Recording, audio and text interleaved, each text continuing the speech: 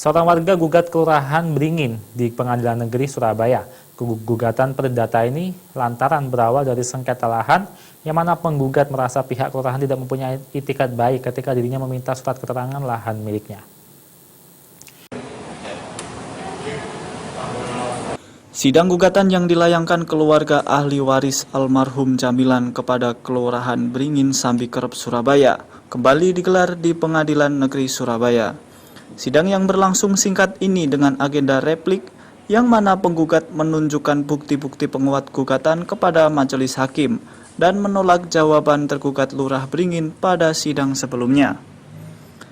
Dalam sidang, penggugat menyatakan Kelurahan Beringin telah melakukan perbuatan melawan hukum karena dianggap menguasai dan menyimpan surat daftar keterangan objek untuk ketetapan IPEDA Pedesaan nomor 713.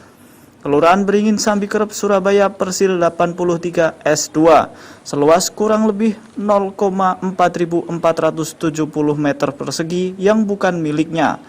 Namun saat diminta oleh pemiliknya yakni ahli waris Jamilan, tidak diberikan sampai sekarang hingga kasusnya berujung di persidangan.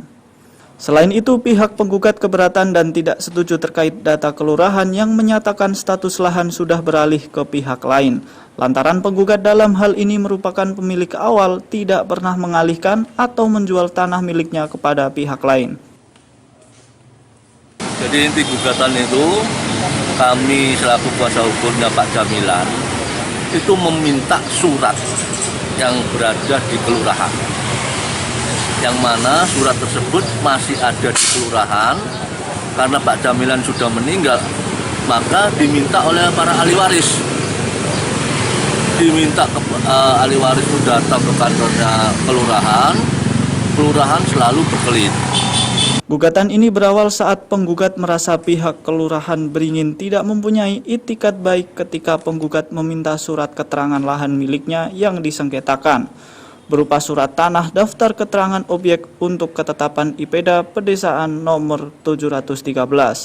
Seluas 0,4447 meter persegi atas nama Jamilan yang beralamat di Jalan Demak Jaya, Desa Beringin, Kecamatan Karangpilang, Surabaya, tertanggal 14 Januari 1982. Padahal menurut penggugat dalam sidang pada tingkat kasasi, Mahkamah Agung menerangkan jika lahan yang disengketakan tersebut merupakan milik penggugat. Agung Dharma, Surabaya TV.